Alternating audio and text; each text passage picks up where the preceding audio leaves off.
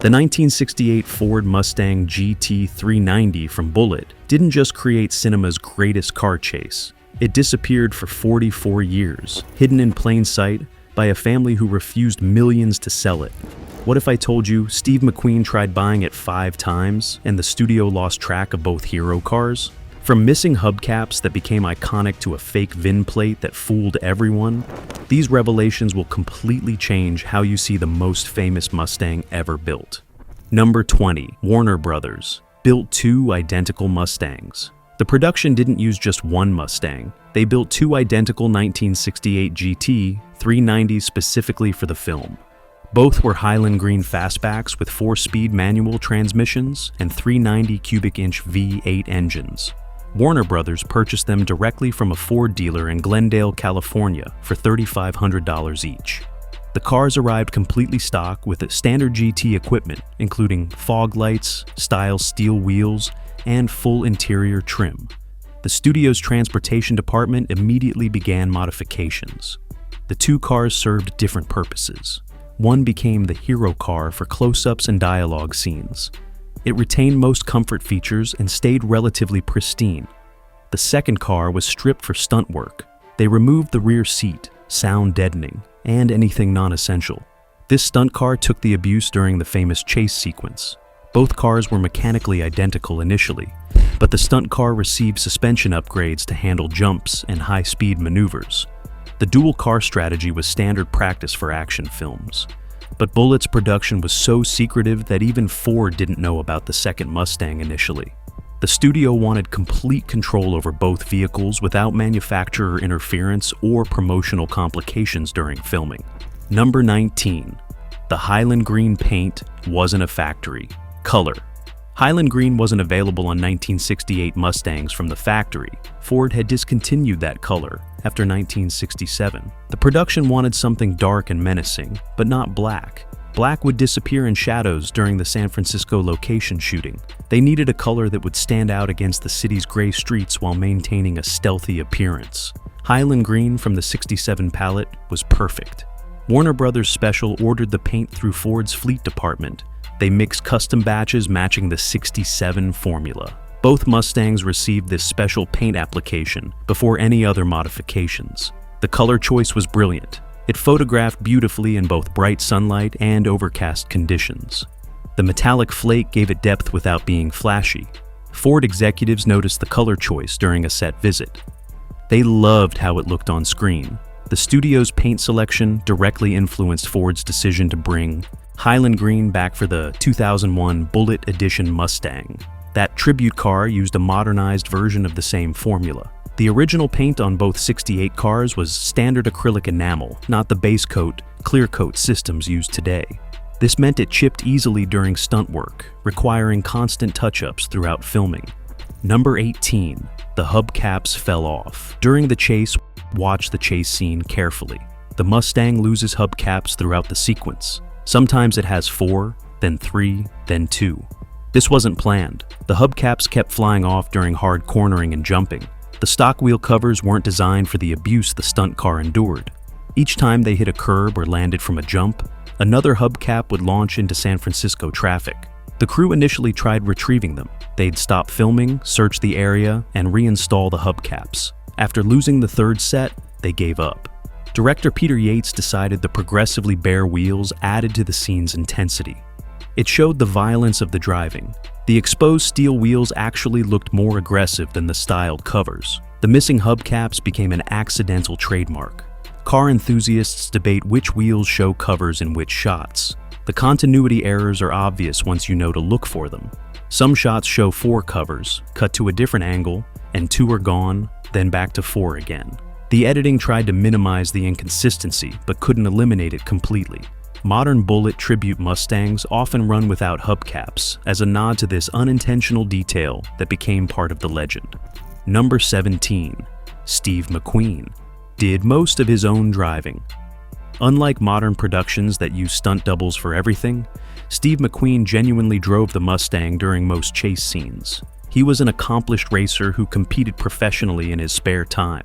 McQueen insisted on doing his own driving, and the insurance company reluctantly agreed with restrictions. He could drive during controlled sequences on closed streets, but not during the most dangerous stunts. The production hired legendary stunt driver Bud Eakins as McQueen's double for the most dangerous moments. Eakins wore McQueen's clothes and mimicked his driving style. The two looked similar enough that cutting between them was seamless, but easily 70% of the driving you see is actually McQueen. He handled all the high-speed runs through San Francisco streets, the tight cornering, and the near misses with traffic. McQueen's racing experience shows in how he positions the car. Professional stunt drivers can spot his technique. He's smoother and more precise than typical stunt work. The way he heel-toe downshifts, apexes corners, and manages weight transfer demonstrates genuine skill. This authenticity elevated the chase beyond typical Hollywood car scenes. Audiences sensed they were watching real driving, not manufactured action. McQueen later said the Bullitt chase was more intense than actual racing because there were no safety protocols or runoff areas. Number 16. The engine sound was recorded from a GT40. That deep, aggressive exhaust note isn't the Mustang's 390 engine. The actual car sounded good, but not dramatic enough for cinema. The sound engineers recorded a Ford GT40 race car at Riverside Raceway for the soundtrack. The GT40's mid-mounted engine and race exhaust created a sound that was visceral and intimidating. They recorded it at various RPMs and speeds, capturing everything from idle to full throttle. The GT40 recordings were synced to the Mustang's on-screen appearances during post-production. Every gear change, every acceleration, every deceleration used the race car's audio.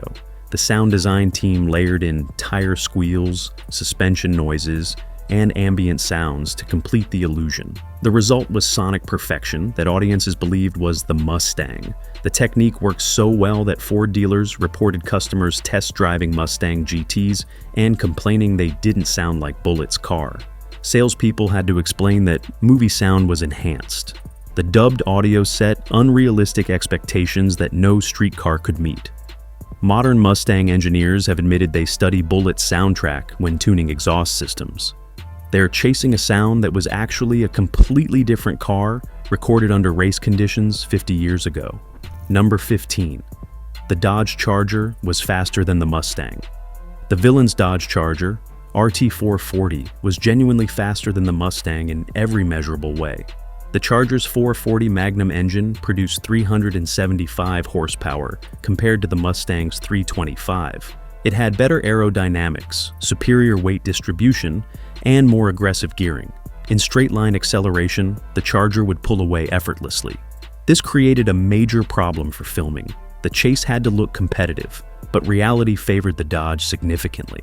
The production solved this by limiting the Charger's performance artificially. They detuned the engine by adjusting the carburetor and retarding the timing. This reduced power output to make the cars more evenly matched. The stunt drivers also short-shifted the Charger deliberately, never letting it reach full power potential. Even with these handicaps, the Charger still pulled ahead in several shots. The Charger drivers had to actively hold back to maintain dramatic tension. Bill Hickman, driving the Charger, later admitted he could have lost the Mustang anytime he wanted. The restrictions frustrated him because he wanted to drive flat out. The artificial parity created the illusion of an evenly matched contest. In reality, the bad guys had the faster car and were deliberately slowing down to let the hero keep up. This secret remained hidden for decades until stunt drivers finally discussed it in interviews. Number 14. The jump scene. Damaged. The Mustang's frame. The famous Bullitt jump where the Mustang goes airborne on Taylor Street wasn't CGI or special effects. They genuinely launched a 2-ton muscle car off San Francisco's hills at speed. The landing bent the frame permanently. The stunt car hit the ground so hard that the front subframe twisted and the floor pan buckled. Both front shock towers cracked from the impact forces. The car was never the same afterward. The production got the shot on the second take. The first attempt didn't achieve enough height. They increased speed for take 2 and launched perfectly. The landing looked spectacular on film, but destroyed the structural integrity. The crew heard metal crunching and grinding when the car touched down. The driver reported the steering felt completely wrong immediately after. They continued filming with the damaged stunt car for several more days. The twisted frame made it handle unpredictably. Stunt drivers had to compensate constantly for the pull and wandering. The car wanted to go everywhere except straight. Several near misses during subsequent filming were directly caused by the frame damage affecting control. By the time filming wrapped, the stunt car was barely drivable. The frame was so twisted that wheel alignment became impossible. The production sold it as is to a salvage yard for $300. Number 13. McQueen tried buying both cars 5 times. Steve McQueen became obsessed with owning the Mustangs during and after filming. He approached Warner Brothers 5 separate times, attempting to purchase them.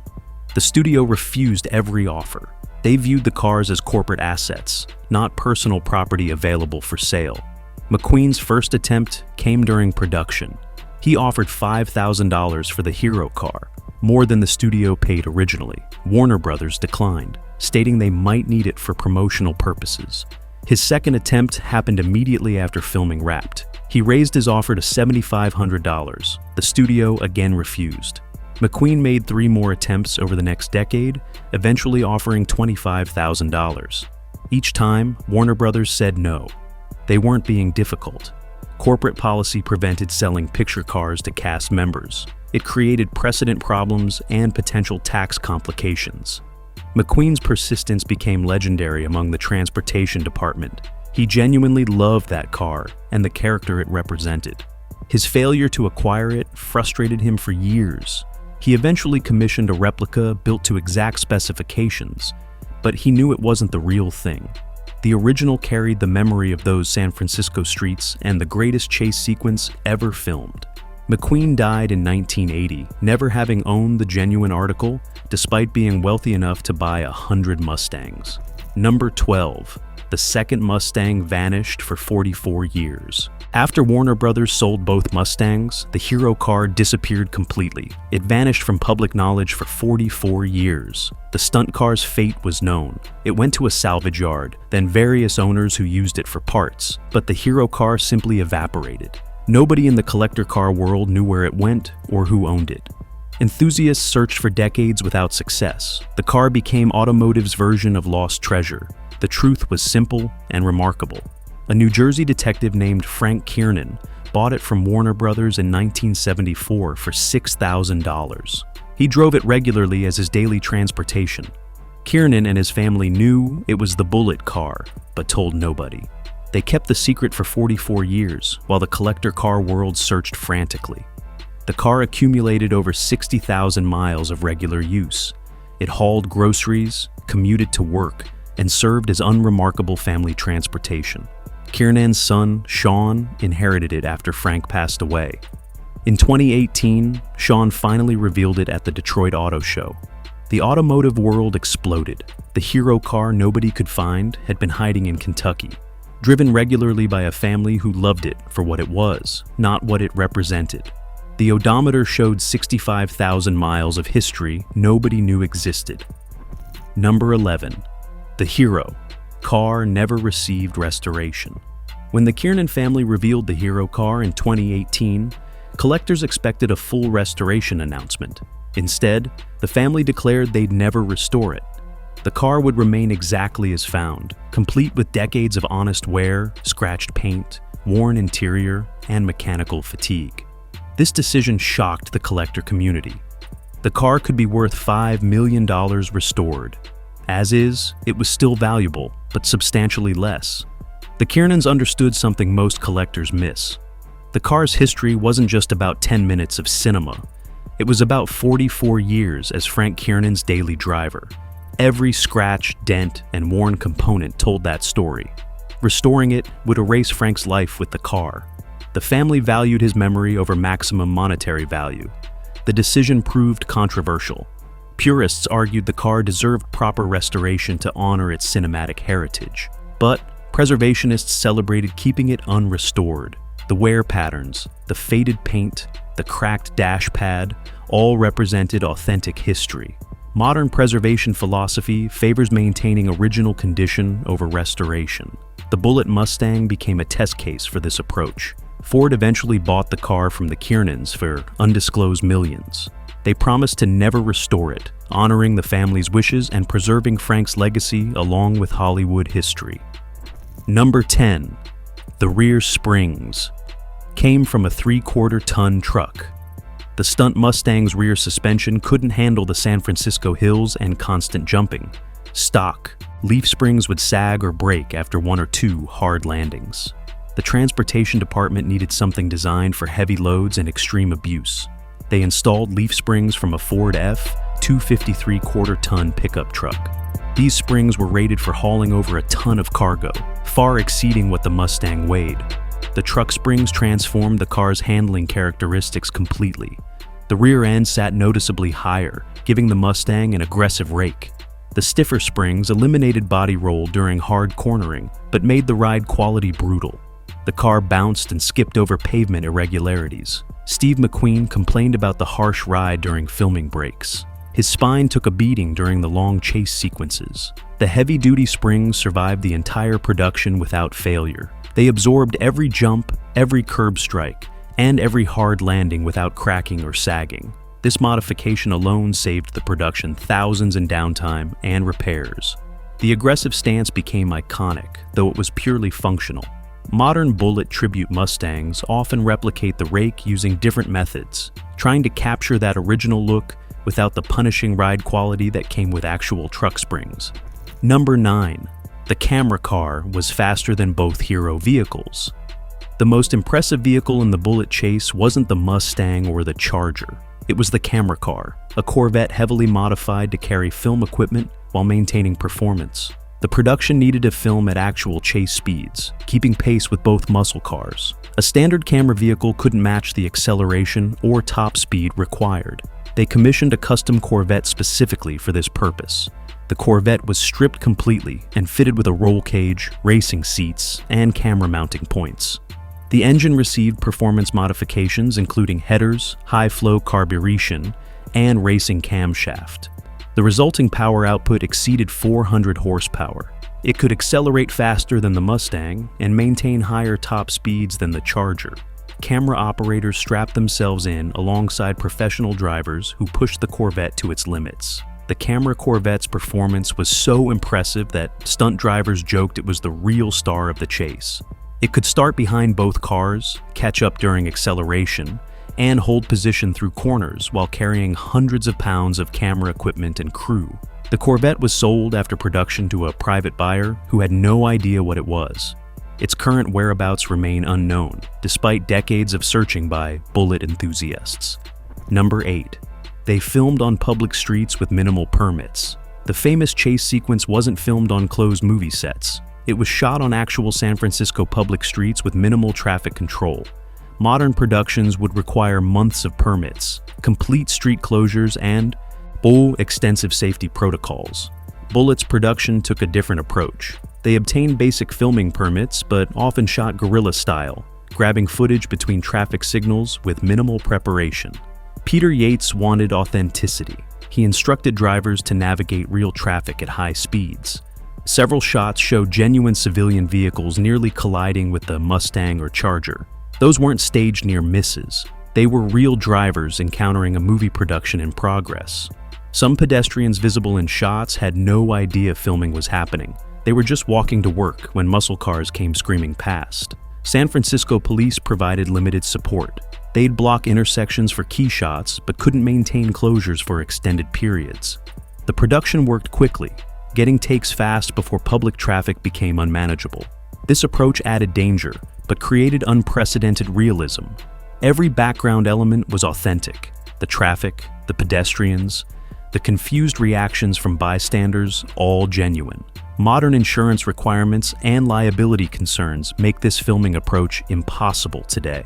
Number 7. The chase took 3 weeks to film.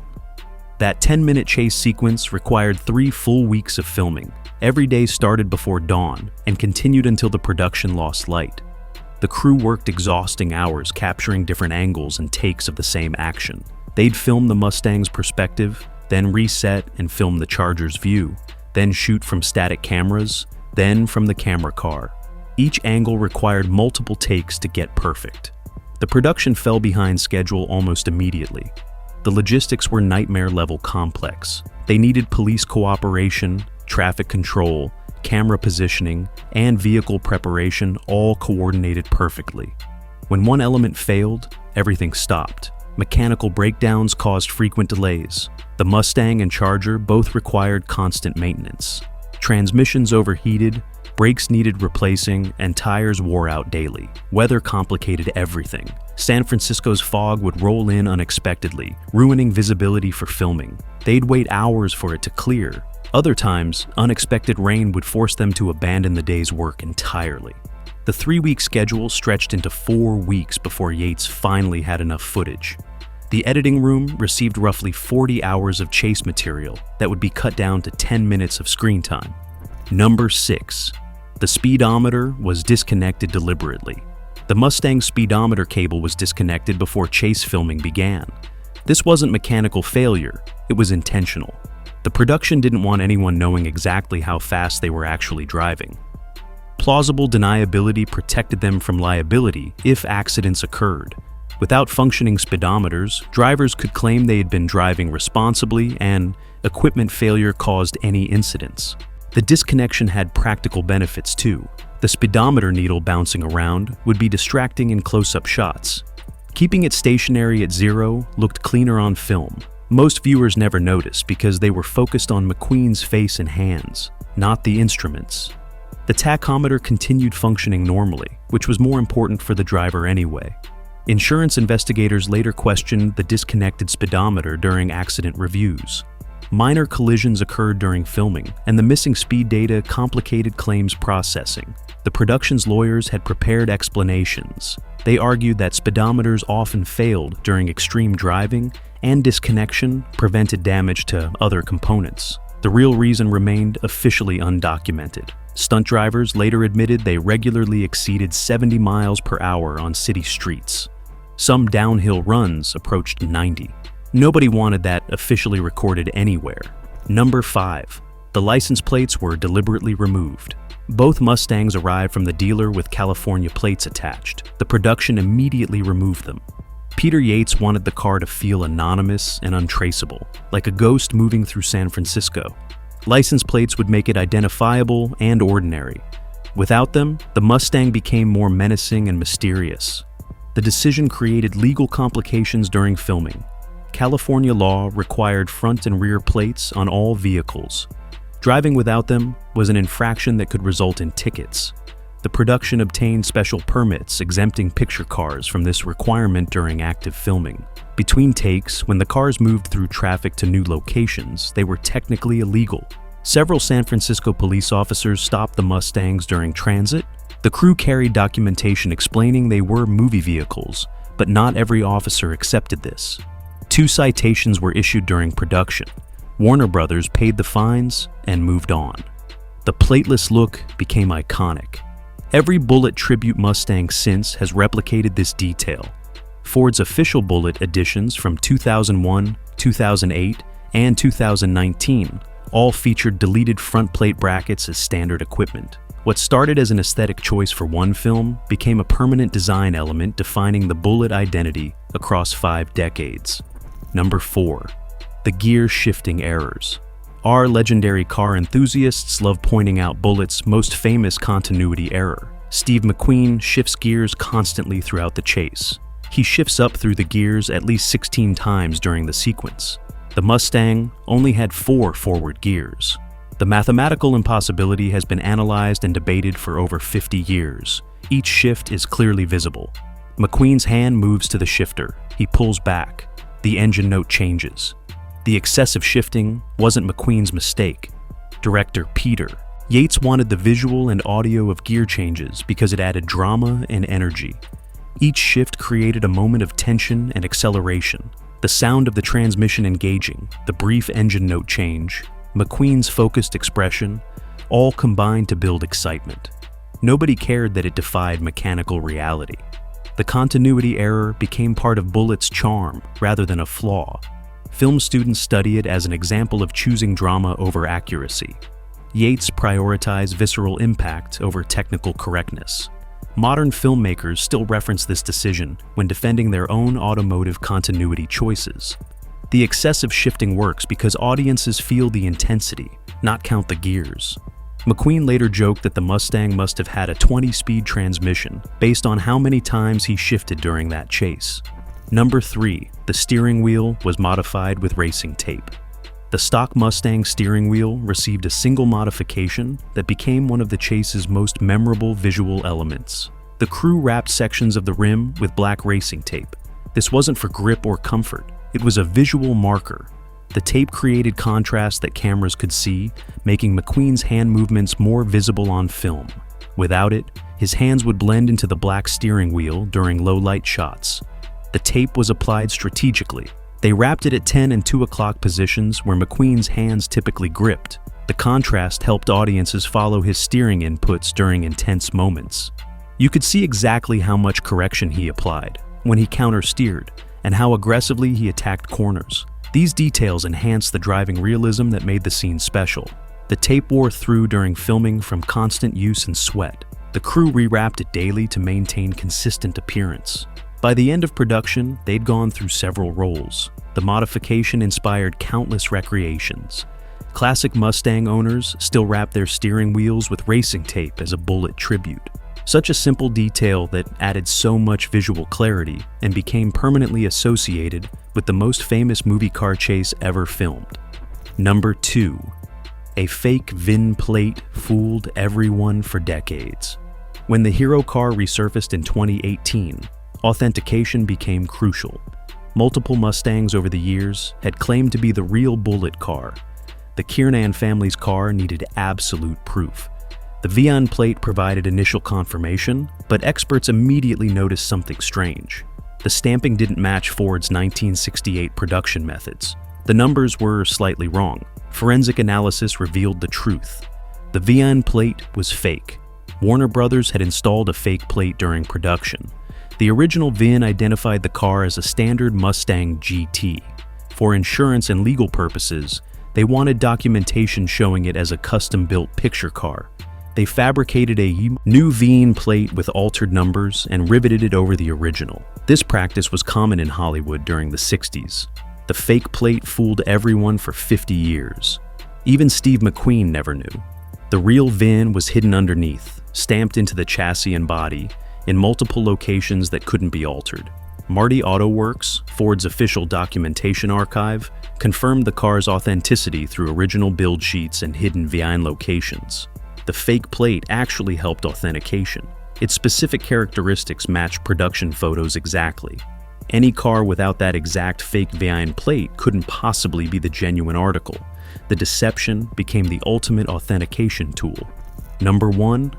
The car sold for $3.74 million. In January 2020, Ford purchased the Hero Mustang from the Kiernan family at the Maycomb auction in Kissimmee, Florida. The hammer price was $3.4 million. With buyer's premium and fees, the total reached $3.74 million. This made it the most expensive Mustang ever sold and one of the most valuable American cars in history. The price shocked even seasoned collectors who expected high numbers, but nothing approaching $4 million. Ford's purchase came with conditions. They promised never to restore the car, honoring the Kiernan family's wishes to preserve Frank's legacy along with its Hollywood history. The car would tour globally, appearing at auto shows and Ford events, remaining accessible to fans rather than hidden in storage. This public commitment added value beyond money. The sale price reflected more than just a movie car. It represented American automotive culture, cinema history, and Steve McQueen's enduring legend. The unrestored condition made it priceless to preservationists. Every scratch and dent told Frank Kiernan's story of 44 years, with an icon he treated as simple transportation. The $3.74 million Mustang proved that sometimes the most valuable things are those that remain genuine, unrestored, and real.